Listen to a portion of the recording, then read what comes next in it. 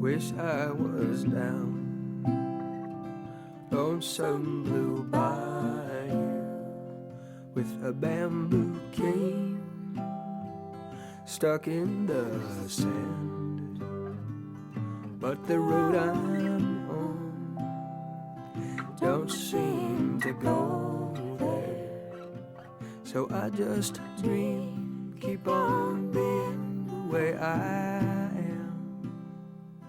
Wish I enjoyed what makes my living, did what I do with a willing hand.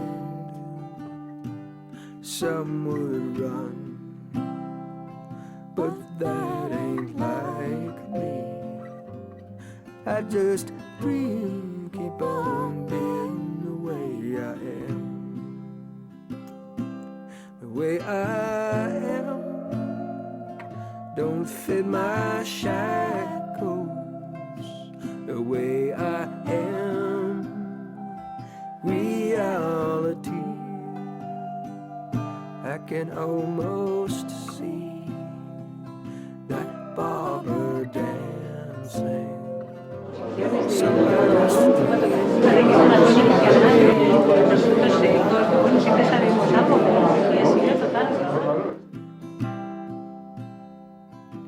and I guess I grew up a loner. Don't remember ever having any folks around. I que és un immens plaer i que tots sigueu benvinguts. I estic segur que gaudirem d'una gran jornada. I aleshores, la intrahistòria quin és? Bueno, tota aquesta gent que som aquí, la gent a la que donem els premis culturals, molts dels que som aquí tots, doncs tenim aquest caràcter, forgem aquest caràcter i aleshores tenim aquestes inquietuds. I aquestes inquietuds les volem reflexar amb aquesta revista. En aquesta revista trobareu Violeta Arió i Marcial Quiroga són els nostres convidats del dia d'avui. Són els nostres convidats. Ells són de Madrid, no entenen gaire català, i per tot això la meva intervenció és sobre la revista. En l'article de Joan Lari, però no senzilla raó. La majoria dels que sou aquí, que sou de Tàrrega, els que sigueu, tots, els que sou de Tàrrega, tingueu en compte que tenim un personatge completament desconegut que un dia va salvar la ciutat de Tàrrega de durant 5 o 6 o 7 mesos, 5 o 6 mesos, no hi hagués cap més bombardeig. I això és un tema que ens hauria de fer reflexionar. I va fer una entrevista al pare de l'Antoni i ens parlava d'un dia que van bombardejar, i van bombardejar l'Hospital de Lluís, però una de les bombes va caure davant de la floristeria del català. I va fer un forat mig del carrer, davant de la floristeria. Si hagués anat 5 o 7 metres més cap a la dreta, hauria entrat a dins de la taulada de la casa de la Catalunya. Si el Joan Larió no hagués fet el que va fer, que ho va explicar Lluís, a la millor, alguns dels que avui són aquí, no hi serien. Aquestes històries s'han d'agafar pel que són. Podria haver mort un dia d'aquells bombardejos el pare de l'Antoni, i avui l'Antoni no seria.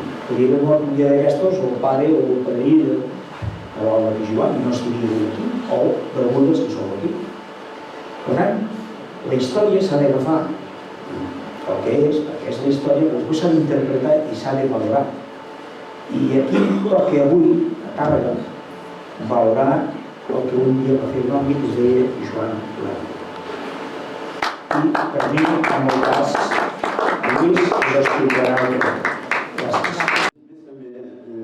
Com heu vist aquí, parlant de la intrahistòria, el que dic el Miquel, i ara permeteu que parla en castellà, que la Violeta no pugui entendre. És a dir, la història d'una persona que estava en un trance, estava aquí en Tàrrega, era un aviador, vio que había un borrachero que un día venía otro y tuvo la valentía de coger su cuadrilla, salir a las 6 de la mañana, situarse a 10 metros, Por encima de 5. de 5, bueno, sí, yo pienso muchos.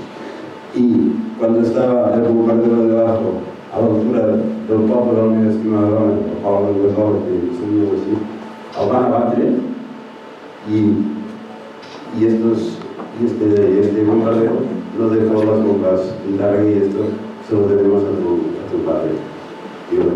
Y esto estamos eternamente agradecidos.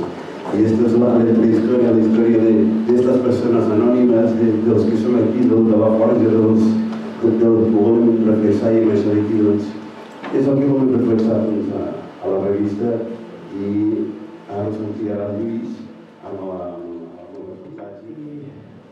Bueno, os agradecemos el esfuerzo de querer entender el catalán, de hablarlo, pero todos los que estamos aquí nos interesa que entendáis lo que vamos a decir ahora. Y yo creo que todos los que están aquí les interesa que entiendan por qué estamos aquí. Porque estamos aquí desde el punto de vista de la historia que hemos ido elaborando, pero también en el sitio. Estamos aquí en el sitio que debíamos estar, en el mirador del Mas de Colón. Y están aquí la alcaldesa de Targa, está aquí la alcaldesa de Mesolar, que son representantes del entorno, y tienen todo el sentido, ellas quizás no lo saben, pero tienen todo el sentido de que estén. Ahora intentaremos explicar. Intentaremos explicar cómo hemos llegado a hablar de un aviador en una revista y por qué estamos todos reunidos. ¿De acuerdo? ¿Seguimos hablando?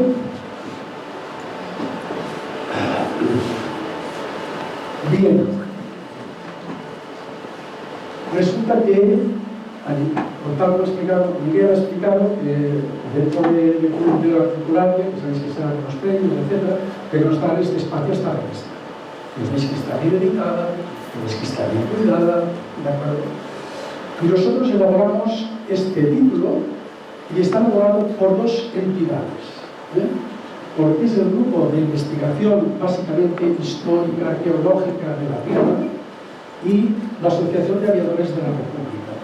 ¿De acuerdo? Gracias a esta sinergia es como tienes una serie de conocimientos históricos y humanos que nos hacen llegar a una historia. Si no, no hubiéramos hecho nada. Tú estás aquí en el programa que se distribuyó, pero hay otras personas que están en la sala y que tienen, nosotros hemos hablado mucho, pero nos hemos conocido esta mañana, hace 5 horas, nos hemos abrazado.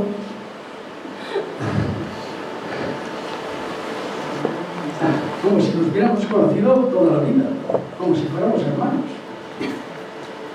Y esta emoción es la que tenemos que transmitir. ¿De acuerdo? Porque hay otros en la sala. Por ejemplo, el hijo de este señor Antonio Vilella, que era jefe de mecánicos de la 4ª Escuadrilla de Caza, Techados, en la que estaba mi tío, tu padre estaba en la segunda, ahora ya explicaremos lo que era una escuadrilla, y este señor seguramente se levantaba a las 3 o las 4 de la mañana, es el que primero se levantaba, porque es los que ponían en marcha los aviones, de los que dependía la vida del piloto. Por tanto, la unión de los pilotos con el mecánico era... Nadie habla de los mecánicos, el piloto es el héroe que sale en la película. Pero este hombre, pues tenía, nos lo puede decir su hijo, Juan Inglés, que es el actual presidente de la asociación, pues tenía 19, 20 años. Y podían armar un motor con los ojos cerrados y mejoraban el rendimiento del motor. ¿De acuerdo? Y de ellos dependía la vida del piloto y del funcionamiento.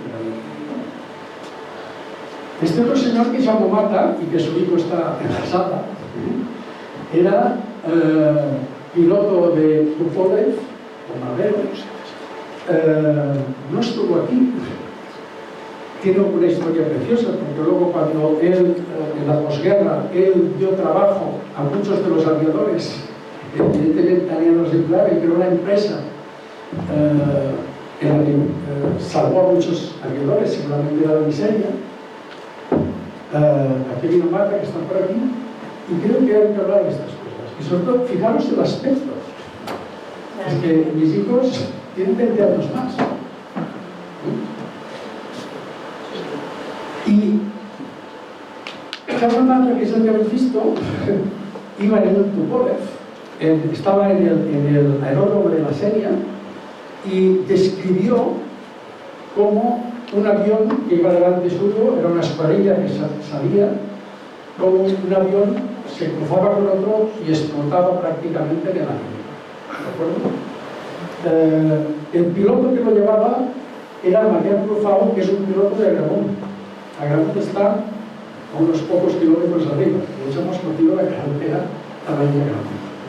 Fijaros las cosas de la vida. Hoy está el hijo del piloto que iba detrás del sombrero. Este avión, como despegaba cargado de bombas y cargado de combustible, explotó. No quedó nada, pero otro señor que está en la sala, que se llama Antonio Valdeperas, experto en todo esto, recogió trocitos del avión. Y este es el avión Tupolev que iba delante. Y hay otros señores que no estuvieron. Este hombre no estuvo aquí. No estuvo aquí porque murió 15 días antes en Castro. Y su sobrino está aquí en la sala.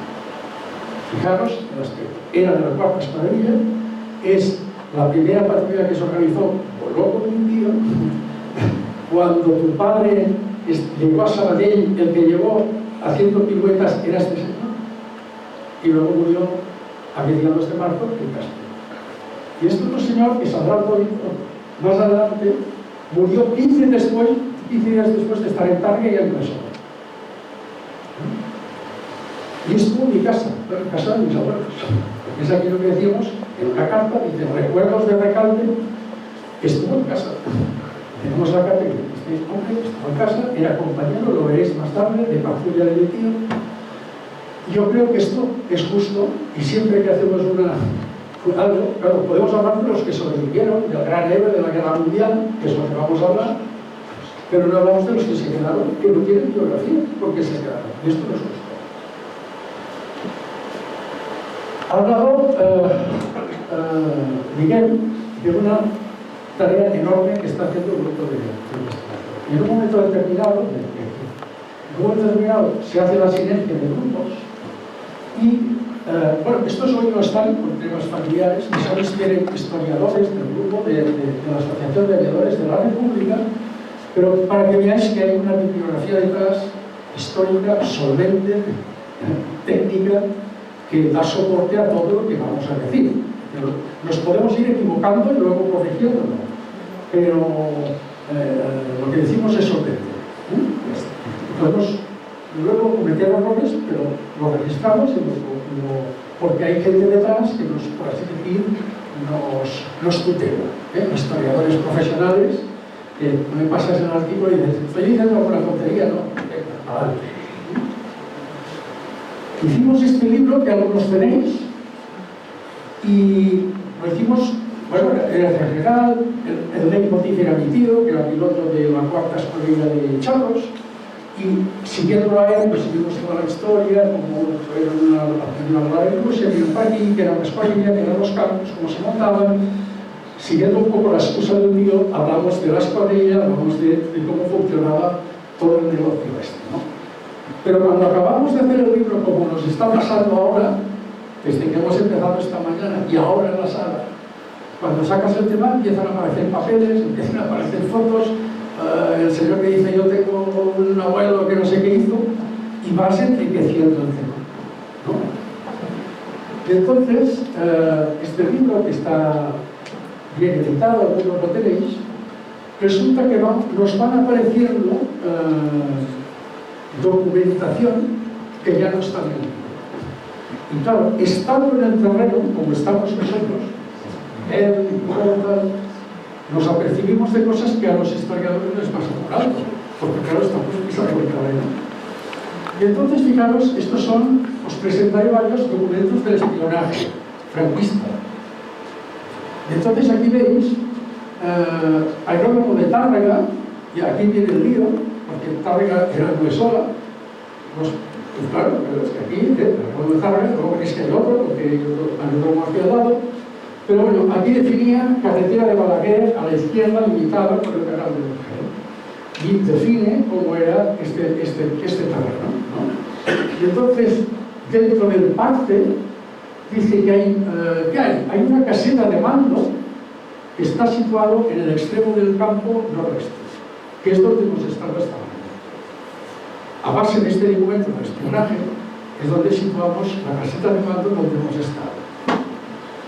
Y allí es donde, con el ayuntamiento de Anglesola, Carrillo, Enrique Valls, etcétera, la gente de allí, del Club de Reserves y ahora, se instaló este aeródromo el año pasado.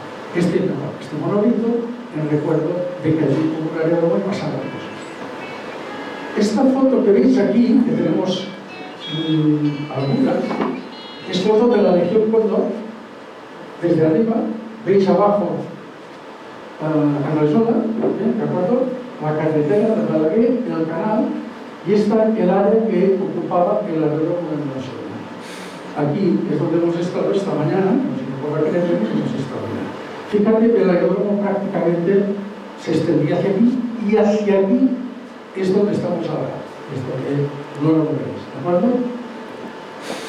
Es decir, nosotros estamos aquí en Mascolón, y si seguimos un camino que va hacia arriba, luego bordeando el canal, por el caminito que hemos ido, llegaríamos aquí. Esta es la extensión del campo, y Anglesola está aquí, ¿de acuerdo? Estamos hablando de esto. Y esto nos hace pensar, como luego veréis al salir, porque no habéis hecho todo el recorrido, al salir pasaréis por la parte de la enfermería, por lo que fue aquí Hospital de Canadá. Y al salir veréis instalaciones. Esto fue hospital luego de guerra, y pensamos que aquí alguna gente del campo podía haber estado alojada allí, porque era una forma de actuar ya en otros sitios que hemos visto. Cuando se iban la gente del campo, entraba al hospital. Y según me dijo David, esto empezó como hospital en mayo, que fue cuando marcharon los pilotos. Se desplazaban muy rápido, con coches fantásticos.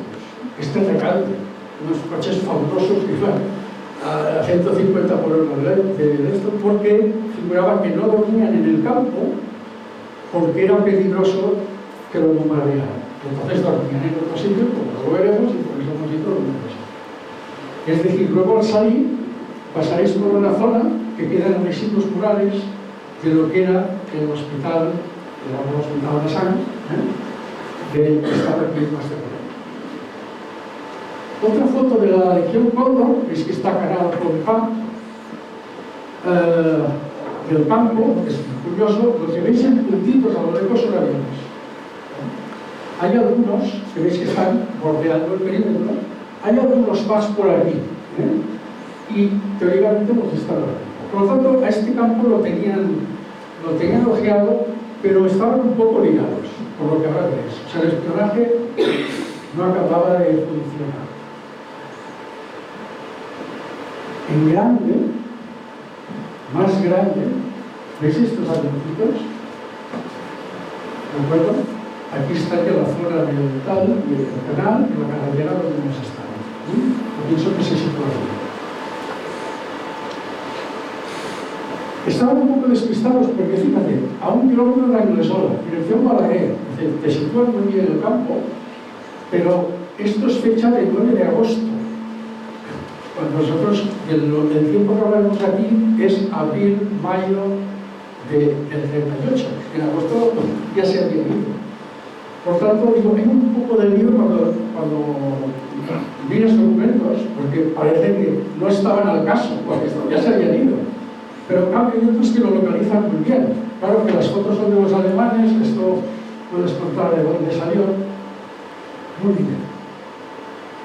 Entonces, hicimos este acto, no digo la cámara, hasta hicimos este acto el día de abril, que es que todo tiene una proximidad del tiempo. implantamos el monolito, hicimos una actividad durante todo el día en Calmarina. Calmarina era donde iban los pilotos y los que no eran pilotos y de saber toda la historia. De allí porque era local, que iban los aviadores, en la mención, los mecánicos, y todos. Y esto quedó recogido, es que se recoge documentación, que se pasa a Madrid, esto lo publican en la asociación. Son actividades para que veáis qué pasa. No podemos explicar todas las historias, pero en la zona hay enterrado un bombardero, porque era el que iba detrás, con toda la historia de una lápida que se salvó, una lápida preciosa, caído por la libertad y tal. Esto tendría que estar destruido. Y no se destruyó porque el sepulturero de la época tapió y lo protegió. Y no se descubrió hasta que vino la democracia, en toda la historia. El fallecido es Benjamín Alcañiz y ahora, como tal, hicimos este acto, colaboración todos. Esto fue en abril del año pasado. Todo el historial. El piloto era este. Lo hemos identificado, los historiadores, o sea, este hombre estuvo aquí. Este era el piloto de no era un charro, era un biplaza, y íbamos en búsqueda de la fotografía que tenían en Calmarina, que no la encontraban, y resulta que de repente, pero está nuestro libro. Y esta es una foto icónica porque veis que era como se encendían, como se ponía en marcha el motor de los aviones, eran conectados con un camión, y de hecho cada avión tenía su camioncito. Claro, que evidentemente no había camiones para todos, y aunque se quedaba en tierra, en caso de un paralelo, la pasaba mal. Por lo tanto, esto es toda una historia interesante. Pero esto, lo curioso es que este hombre se salvó, el avión se estrelló en el aeródromo, en las inmediaciones del aeródromo, el Benjamín fue el que está enterrado y este se salvó. Este estableció una cierta amistad, una pariente de Calmarina que estaba aquí está, que era la madre de su marido, ¿correcto?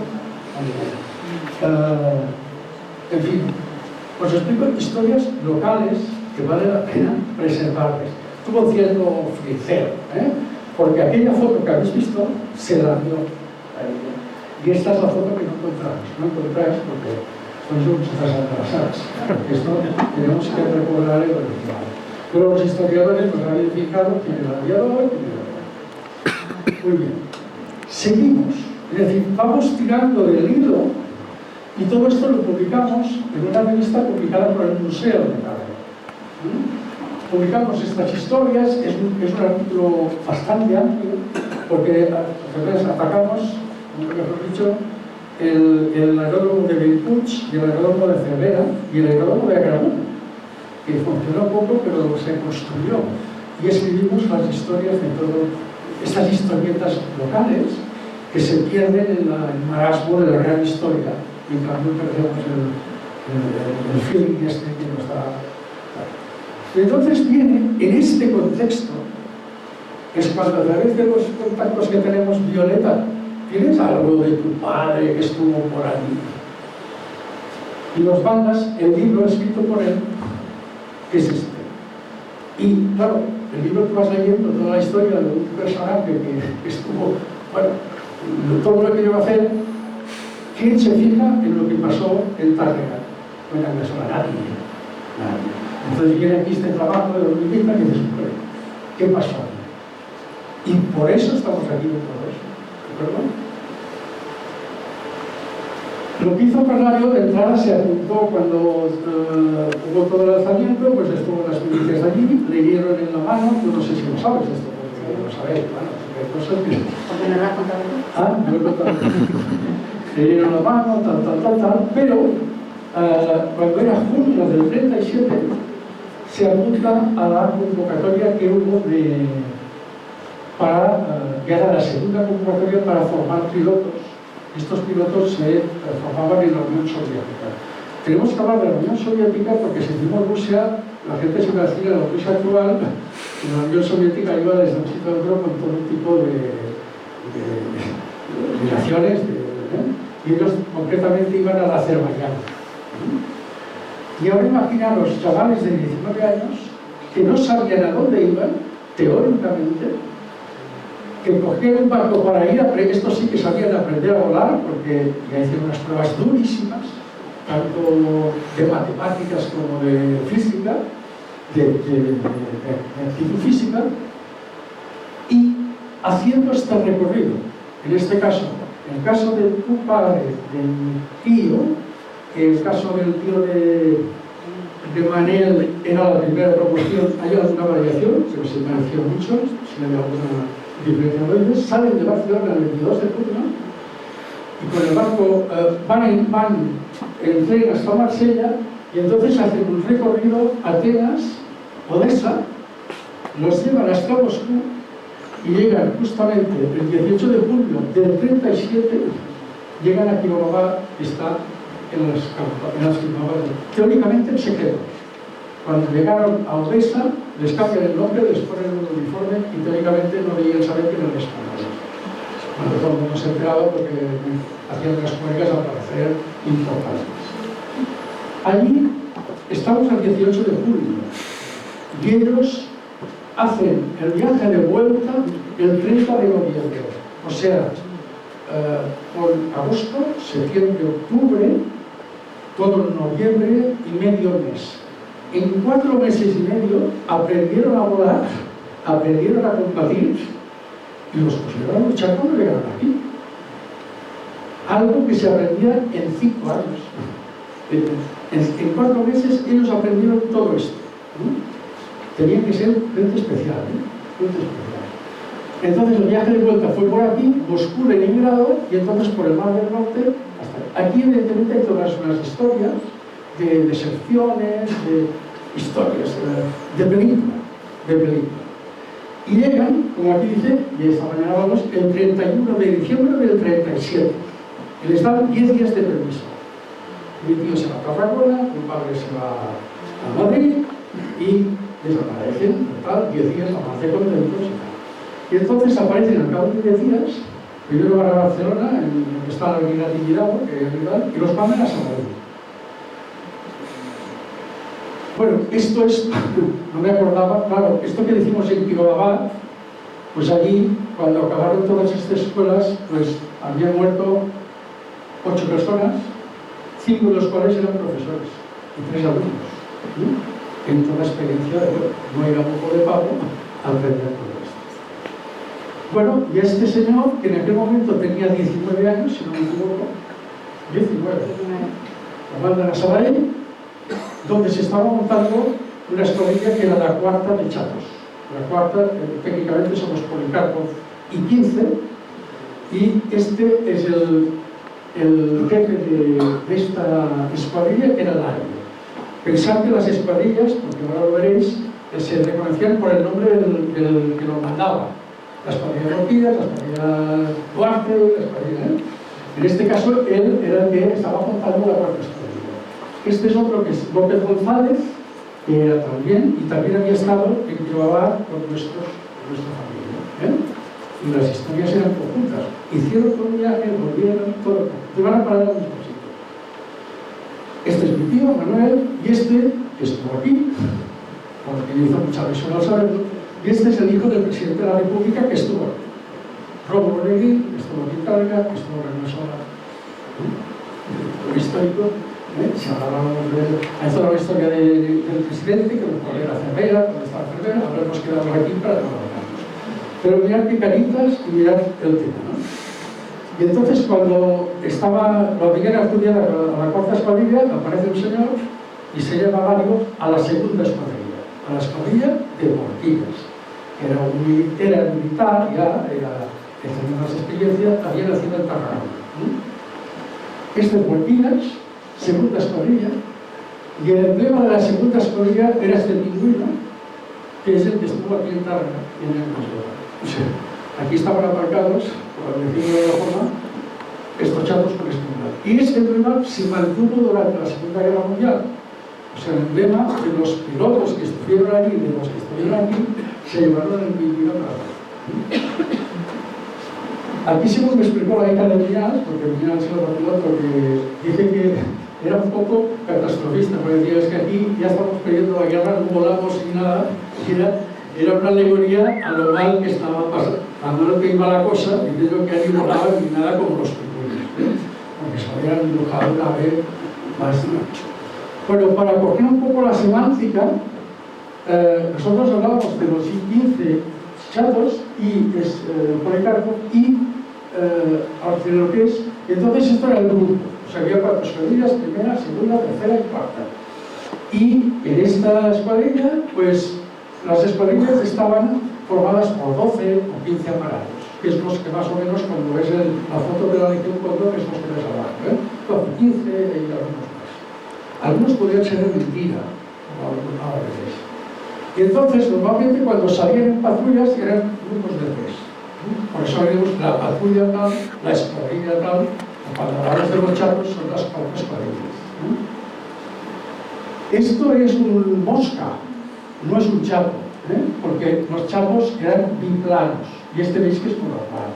Entonces, al salir, porque no lo habéis reconocido, allá, la Casa Borges ha hecho unas galletas en forma de mosca, digo porque como recuerdo del acto de hoy, con ingredientes de calidad sostenible y todas estas historias. Hay una caja allí, donde recoger y tal. Tiene forma de mosca. Y esto es con lo que volaban. Y entonces esto, que nos parece un avioncillo de juguete, el I quiere decir devastador. Porque este aparato, que podía llegar hasta los 10.000 metros de altura, llevaba 4 ametralladoras, que además le salían, las balas salían, yo no lo he entendido nunca, sincronizadas con la hélice. Es decir, la hélice volaba, que las balas salían a la de la hélice 4. Es una sincronización. O sea que era una tecnología muy avanzada, y además, al ser biplanos, se levantaban muy rápido y aterrizaban, podían aterrizar con poco terreno. Los moscas necesitaban más terreno como el del coche. Pero estos aquí podían aterrizar y elevarse mucho más rápido. Esto es un chato como el que estuvo aquí, que está en el Museo de Madrid, y este es un chato célebre de Walter Katz, que era este piloto que hemos hablado de comida, de origen judío, de alta alcurnia, que el último vuelo que hizo fue saliendo de Puig. Salió de Puig y lo tocaron en Serós y cayó en Burgos. Tiene toda la historia, libros sobre Walter Katz. Muy bien. Entonces llegamos a esta historia y es así, siguiendo este hilo y siguiendo toda esta parte, cómo llegamos a confeccionar el artículo. En el artículo hemos dejado lo que está escrito. Y es que Lalio dice, a primeros de la mañana de primeros días de mayo, estamos hablando del 38, y nosotros creemos que no era en mayo sino en abril. Entonces me dirás, pero hombre, qué prepotentes, que discutís lo que ha escrito el autor. No, se equivocaban. Y tiene toda la sensación, es razonable que se equivocaran. Porque imaginamos la vida de una persona que ha luchado toda la guerra mundial, que han pasado los años, y ellos no sabían si era mayo o era abril. Y aquí os demostraré cuál es el método de trabajo. Y os veréis por qué. Bueno, aquí tenéis la situación. Nosotros estamos aquí tenemos el aeródromo de Mesola, la pista Tárrega, la carretera por donde hemos venido, la pista de la Grasa, donde estáis mostrando el carro, a Mesola que hemos parado, Caral arriba. Entonces, el 1 de abril está registrado una bomba en el aeródromo, que yo dudo que sea el aeródromo. Podría estar por aquí, que había depósitos de otras cosas como constan en los parques. Porque este aeródromo, yo diría que el mes de abril no lo tenían muy bien fichado. El día 2 de abril, bombas aquí y aquí. Ellos iban a buscar la fábrica de armas de Carterpath, que es donde os he enseñado, que entonces fabricaban granadas, y era uno de los objetivos. Fijaros, iban cayendo bombas. Esto es Vilagrasa. En Vilagrasa, no sé si es este momento o no lo sé. Pero el 5 de abril fue fatal, porque en Tárrega hubieron 22 muertos, 2 en Resola, 8 en Vilagrasa, que es el que está. como hemos pasado, por el lado, Acapulco más arriba al 27, es decir, y era un avión, porque estaba hablando también muy bien, no es que venían oleadas de aviones, pero era de observación, dejaron una bombita por allí, una bombita por allá. Y esto es lo que pasaba en Tarragona y tal. Esto no quiere decir que en un momento determinado, como luego pasó aquí en octubre y noviembre, que venían oleadas y lo devastaban. Pero de entrada esta era la historia. Por lo tanto, estamos fijados a estos primeros terribles, ¿de acuerdo? Estos son los bombardeos, los muertos que había en la zona. Esto es Vilagrasa, una imagen de en aquel momento, y esto es una imagen de ahora. Los que sois de la zona lo reconocéis, y tú también, porque estabais al lado, no está de acá, esta calle. Murieron 8 personas de una misma familia. Por lo tanto, situamos este episodio en esta zona de aquí. ¿Vale? No os olvidéis de esto. Entonces, para que veáis que técnicamente hay que estar al ojo de todo esto, esto es un libro de caza rusa que explica dónde estaban las escuadrillas distribuidas en un determinado momento. Luego lo pongo en lo veréis. Pero, fijaros aquí, del 30 de marzo al 1 de abril, en Tárrega, en Lesola, estaba la escuadrilla de Morquillas, que era la segunda.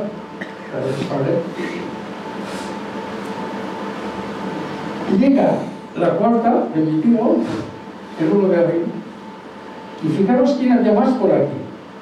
Osipenko, que era el amigo de Clínico, que está aquí. Es decir, en estas mismas fechas había la primera de Chatos, la segunda de Chatos y la cuarta de Chatos. Y otro personaje célebre, que era Comas, estaba en Cervera. Aquí había la flor y nata de la vida. Por lo tanto, está claro que estuvieron en este tiempo.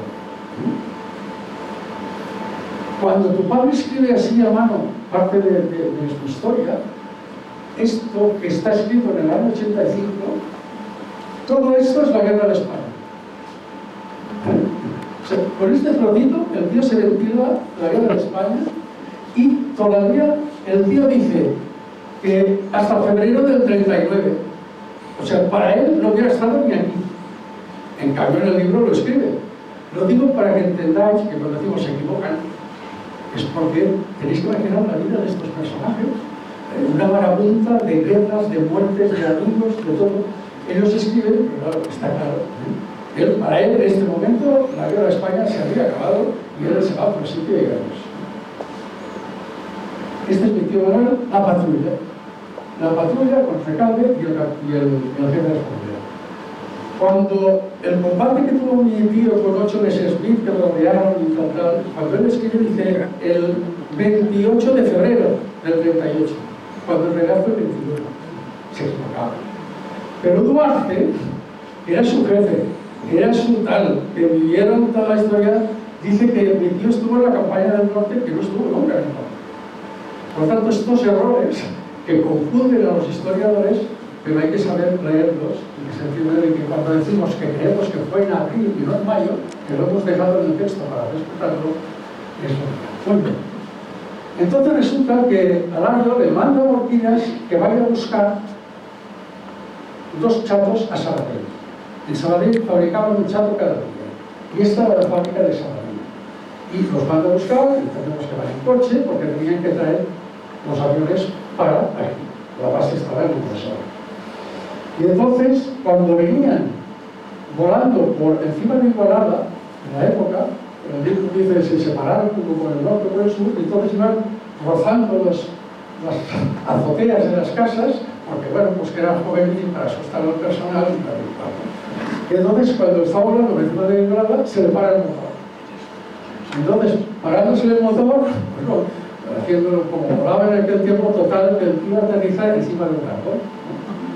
Él describe, esto no se expande en el artículo, pero para que entendáis que hay tela, lo rescatan unos países, lo llevan allí, entonces digamos, la Jefatura General del Aire en aquel momento estaba Igualada, lo rescatan tal, se está un tiempo ahí, y entonces lo llevan a Tárrega. Entonces, es lo que descubrimos en el libro. Y dice, y entonces me mandan, voy a Tárrega, y él dice que estaba al lado de la estación. ¿De acuerdo? Entonces, estaba justo al lado de la estación, que además había bombardeado aquellos días y tal. Y él se va a descansar, a recuperarse al hotel que debía tener este aspecto y que ahora tiene este aspecto y que nos han explicado qué está pasando en este momento. Por tanto, aquí sabemos que al menos de la segunda escuadrilla dormían aquí. Igual tenemos otras pistas para otros, no podemos asegurar si dormían todos, o los de la cuarta o no, pero los de la segunda. Y él aquí pasa 2 o 3 días, recuperándose del tropazo del aterrizaje forzoso. Y entonces, cuando él cree que está recuperado, que no lo estaba, propone a su jefe, a Martínez, y oye, ¿por qué no vamos a buscar a este que viene cada día a bombardear? Entonces fue cuando, bueno, esto para que veáis la situación, hemos estado esta mañana, pero claro, el hotel estaba detrás, no tiene pérdida, estábamos al lado de la estación, este era el hotel más importante, tenía que ser este, no creemos que haya. Entonces, bueno, aquí, esto es para decir, por ejemplo, en Tárrega tienen un gran depósito de municiones en la estación del ferrocarril y otro en el edificio del antiguo hospital. O sea, el espionaje en los tiempos que ha detectado que allí había un depósito de municiones al lado, por lo tanto era un objetivo militar. Y por lo tanto iba a una carrera, iba a la cerca de la estación. Y al final lo tocaron, que al final explotó. Pero era un sitio peligroso. Aquí explica, estos son documentos de espionaje, interesantísimos, interesantísimos. Y aquí, otro documento de espionaje, fijaros, estas cruces que veis, explica el objetivo. Curiosamente, si os fijaros, no señala lo que era el aeródromo, ni aquí, del que ahora hablaremos, que es el de Alcel, el del Baja Colón. Y estas señales que hay aquí se refieren a depósitos de municiones, depósitos de alimentos y tal, pero no habla de aeródromo, curiosamente. Por lo tanto, digo, despista un poco, porque tendría que ser un objetivo militar de equivocación. Fijaros, este claramente es el objetivo de la estación, otros objetivos de la estación, estos son municiones, esto es intendencia, pero por aquí, que podría ser el aeródromo, lo he mirado y esto no correspondía a alimentación, almacenes de alimentos, pero no habla de nada ¿no? Muy bien. Esto era una cosa. Y otra cosa es el aeródromo de aquí, del Mas de Colón. Altet, porque es el pueblo que está al lado, y algunos detalles entramos en el mismo lío de los campos. Era un aeroncito pequeño de 200 o 300 metros de lado y que estaba ahí, delante del castillo. Y dices, ¿con esta medida puede aterrizar algún avión? Veréis cómo sí. Entonces, aquí lo que dice el espía es condiciones pésimas. O sea, de este aeródromo del Mas de Colón, condiciones pésimas, ya no contaban con él. Muy bien. Sabéis, esto lo he señalado porque en San Eloy, que no os lo hemos enseñado, es donde había una observación antiaérea, pero os debéis de imaginar un señor con unos anteojos, nada, porque no había. Entonces, el avión que venía a bombardear, como luego explica tu padre en el libro, venía muy alto y en régimen de planeo. Es decir, prácticamente con el avión parado, no hacía ruido, venía por aquí, hacía así, miraba, hacía 4 fotos, soltaba 4 bombas y se iba. Y claro, por eso no lo detectaban. Y aquí, fijaros, este, tachado por el mismo espionaje, se refiere al aeródromo de nuestro país. Vale, ya no lo tenían en cuenta. Y no tachan, es curioso, Socoa, Carregador, Calamar, y Carlos de la Resola sí que lo tienen en cuenta. En algunos papeles sí y en otros no. Y este es un avión aterrizado en el Mas de Colón. Cuando discutíamos el otro día, hablando de la ley, si allí podría aterrizar alguien en un triángulo con 700 metros de lado, este aparato aterrizó teóricamente con 200 por 300. Y no somos muy técnicos en esto, aquí hay mucho más que yo, pero era un buen cacharro. Y quizá era por esto, por el hecho de que eran biplanos y se levantaban muy rápido. Hubo un accidente, fijaros que esto fue en el 28, por lo tanto era un aeródromo que funcionaba, del teniente López Lagos, sabemos que se rompió, sabemos que saltó, sabemos que se hizo daño y sabemos que lo llevaron al Hotel España, que es donde totalmente padre, esto figura en las crónicas de tal. Bueno, esto porque nos pensamos, porque dijimos, oye, y no lo utilizaron ni siquiera para engañar al personal, porque esto eran maquetas, como lo que se empleó en el desembarco de Normandía, porque desde el aire hicieron fotografías y pensarán que eran aviones. Pero lo estuvimos hablando y nadie había visto maquetas en esta zona. En cambio, en Cervera había cantidad. Hasta que había hasta 60 o 70, y entonces cuando hacían las fotografías y venían a ver con personal.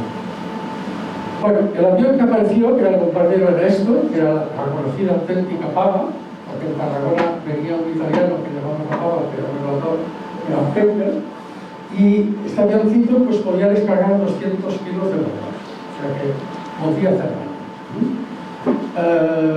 Ahora se ve muy fácil, pero atrás había un ametrallador que solo tenía que pensar en ametrallar, el piloto conducía, y por lo tanto, si venía un caza por un lado o por el otro, tenía que apuntar. En cambio, un caza tenía que volar, tenía que conducir, tenía que disparar. Por lo tanto, no, era un tema peligroso luchar contra estas cosas. Volado muy alto, etcétera, etcétera. Y este es el avión que vino aquí y fue el que hizo los bombardeos. Entonces, al cabo, por eso decimos, entendemos que fue a primeros de abril, después de estos días que hemos hablado, quizá el 5, quizá el 6, quizá el 7, se levantan muy a primera hora de la mañana, y escribe. Lo veréis en el artículo, no sé si está todo, pero cuando salga el sol, venían las montañas de Montserrat, hacía mucho frío, etc. Se levantan más altos que a la altura que él tenía.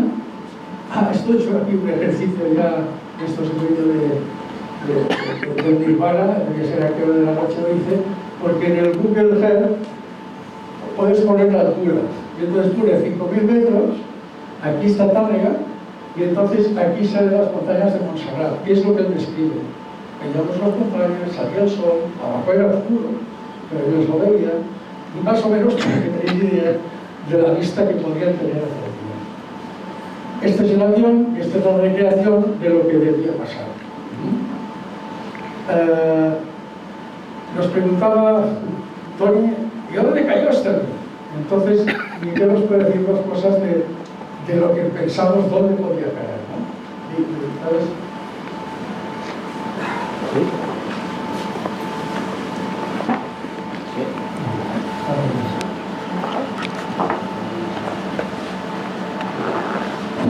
Sí. Bueno, yo solo puedo decir al respecto que tenemos localizados dos impactos, dos caídas de aviones nacionales y muy cerca de aquí. Estamos investigándolos, pero que dentro de poco lo habremos podido aclarar. Uno cayó en Mas de l'Estadella, que prácticamente está a 10 kilómetros máximo de aquí donde estamos, y el otro está en el Palau de Anglesola, que debe estar a unos 15-20 kilómetros. Somos los únicos aparatos que sabemos que están relacionados con la aviación nacional y que cayeron en estos tiempos. Entonces, uno de los dos es muy probable que sea el avión que abatieron Lario y los dos compañeros, y que de cierta manera pues, dejaron tranquilo de bombarderos esta zona. Desde que pasó esto, que iban viniendo estos días hasta octubre y noviembre, no hubo más bombarderos en Tarragona. Desaparecieron desde que hubo este.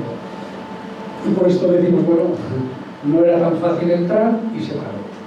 Entonces esto, para que veáis las matanzas, pues el 30 de noviembre continuó presentar, era 7 o 21, como vemos partes, pero algunos eran niños, estas cosas que pasan en las guerras, otros tal, y estas fueron ya en enero del 39, ¿de acuerdo? Errores, y aquí estamos aquí, es muy decirlo, errores totalmente comprensibles, pero aquí, por ejemplo, dice 10 Junkers sobre Tárrega y tal, luego he visto tantas, no eran Junkers, no eran alemanes los que bombardearon en estos meses, ya eran italianos, ¿de acuerdo? Y entonces dices, bueno, he visto que es que tenemos los partes del bombardeo de Tárrega de los italianos. Entonces aquí estos partes dicen que sí, que realmente cantidad de aparatos de las 280 escuadrillas, de los 269, que eran aviones de este tipo. Les explicaron que estos sí que venían de 3 en 3, todavía volvían y luego volvían a repostar y luego volvían a bombardear. Por tanto, estos son segundos bombardeos y así que fueron por los italianos. Como llevaban un gavilán, aquí pusimos un esparvel, una especie de rapaz, también tenía este esparvel. Otros errores que se dan en la historia de por aquí es que esta foto está hecha en el soldado.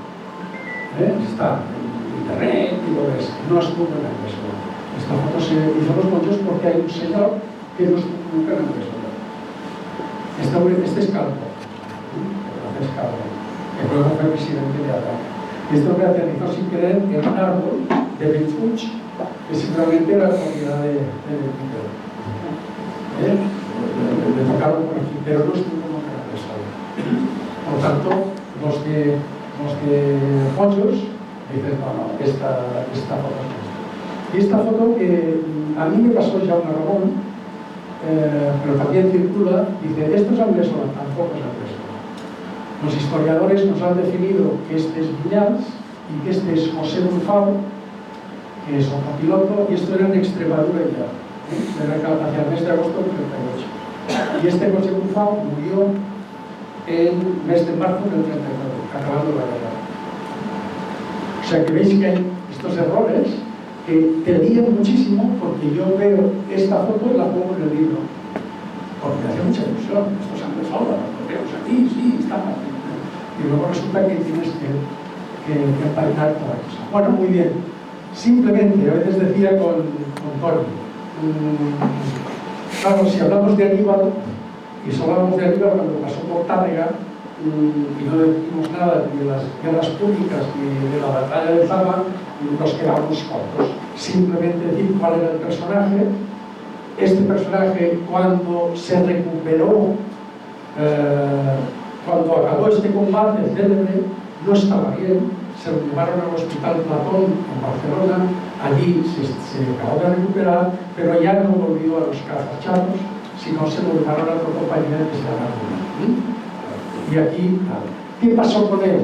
Se acaba la guerra, pasan al campo de concentración, se escapan del campo, vuelven allí, lo vuelven a capturar, a Ragús, a Argeles, y al final pues llega a Rusia de alguna forma y se enrola en el ejército del aire soviético, ¿de acuerdo?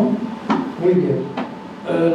Cosas anecdóticas, pues a los españoles no los dejan combatir, los mandan a los Urales, aquí al Pino, y aquí con una cara de aburridos, este se llama José Pascual, este es Duarte, este es él, Lario, y lo que pasa es que aquí en este momento aprenden a pilotar con aviones capturados a los alemanes y empiezan a pilotar todo tipo de aviones y aprenden este tipo de pilotaje. Y entonces aquí lo que pasó con esta gente es que al final los dejaron por un tema de influencias con los Ipénico, que también estuvo aquí en Tárrega, atascó el tema, los dejaron combatir y ellos organizaron lo que se llamaba la guerrilla aérea. Con aviones alemanes se ponían al lado de los aviones alemanes en la batalla de Stalingrado. Entonces se ponían al lado, los confundían y cuando los tenían a tiro o los abatían o cogían información de dónde estaba todo el tema. Entonces, pues, esto es la célebre guerra. Estas están todas las enciclopedias, de forma que valga la pena conocer el personaje. Él hace toda la guerra mundial, acaba pilotando Spitfires, que decía que estaba enamorado, es Lario, y fijaros que tiene todo este recorrido desde Stalingrado hasta Berlín, porque él llega cuando están ya ocupando Berlín, final de la guerra mundial, llega a aterrizar en el célebre Tempelhof mientras estaban combatiendo. Estos dibujos de Lario, porque no hemos dicho que él había estudiado era delineante, estudiaba para ingeniero de caminos y tal, y dibujaba muy bien y tiene unos planos que esperamos verlos. si puede ser los originales también, y es condecorado por las órdenes de la Guerra Patria, por la bandera roja, con estrellas rojas, que son condecoraciones máximas de la época, ¿de acuerdo? Luego, esto ya son reuniones de veteranos, evidentemente era un hombre muy respetado, vuelve a España, como se dice en el artículo, finalmente le reconocen el grado de coronel, el ejército español, con derecho a vestir el uniforme, le reconocen estos del año pasado, creo, el 22, diploma firmado por el ministro Bolaños, etcétera, etcétera. Esta es su tumba en el cementerio civil de Madrid, en la que vemos también laureado con la insignia de Gagarin, ¿de acuerdo? Es otra laureado con la insignia de Gagarin, y en la que también está enterrada tu madre, que también está laureada con la insignia de Gagarin, aunque tiene una historia, también era militar, del mundo de la aviación, y que veas, pues que... Y simplemente para que veáis que tiene sentido lo que estamos haciendo, el mes pasado, en lo que era Stalingrado, o sea, hoy es Volgogrado, se inauguró un monumento, que es este, a héroes de la aviación, el mes pasado, en la que, en esta lista de nombres, está Juan Largo. Otro que está aquí es José Pascual Santamaría, que hemos dicho que era Popeye, que era español, murió combatiendo allí en Stalingrado, y estos son héroes de la Unión Soviética. Lo que era la Unión Soviética les da lo mismo, que sean ucranianos, que sean azerbaiyanos, ellos lo viven como una unidad. Por muchas guerras que haya, ellos lo viven y esto lo cuidan al máximo lo que es la memoria de todas estas personas. De hecho, muchos de los combates que estuvieron fueron en Ucrania, estuvieron en Kharkov, o sea, era gente no lo podemos comparar con lo que hoy entendemos cuando vemos el telegrama. Bueno, y este es el que estamos homenajeando hoy, que creo que ha valido la pena que estuviéramos juntos y nos llevéis todo nuestro camino.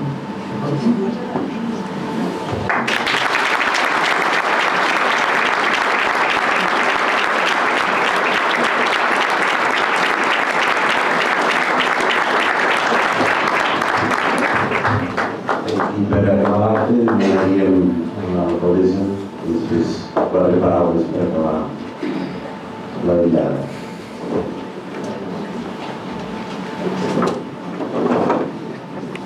El 25 de maig seria el dia de la memòria històrica a la nostra ciutat, a Tàrrega.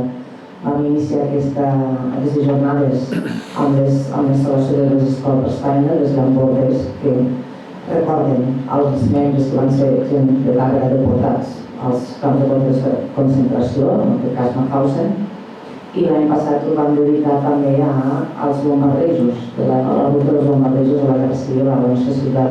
Enguany aquesta jornada tindrà lloc justament aquí, al Mas de Colom, perquè també tindrà connexió, no? El Mas de Colom és un punt vital a la història, a la memòria històrica de la nostra ciutat, i per tant també aprofitant la vinentesa també farem que aquest any coincideixi amb la jornada amb la localització com avui està, no? Una localització molt especial per dur a terme aquest acte i esperem que puguem també en alguna d'aquestes ocasions futures un altre 25 de maig centrar-nos en la figura penso de Juan Gabriel Sánchez. So I keep thumbing through the phone books and looking for my daddy's name in every town. And I meet lots of friendly people, but I always wind up leaving on the lam.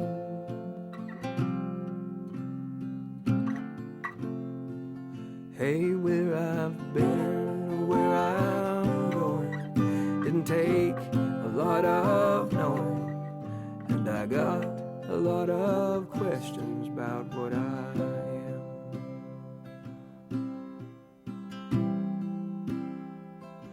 The way I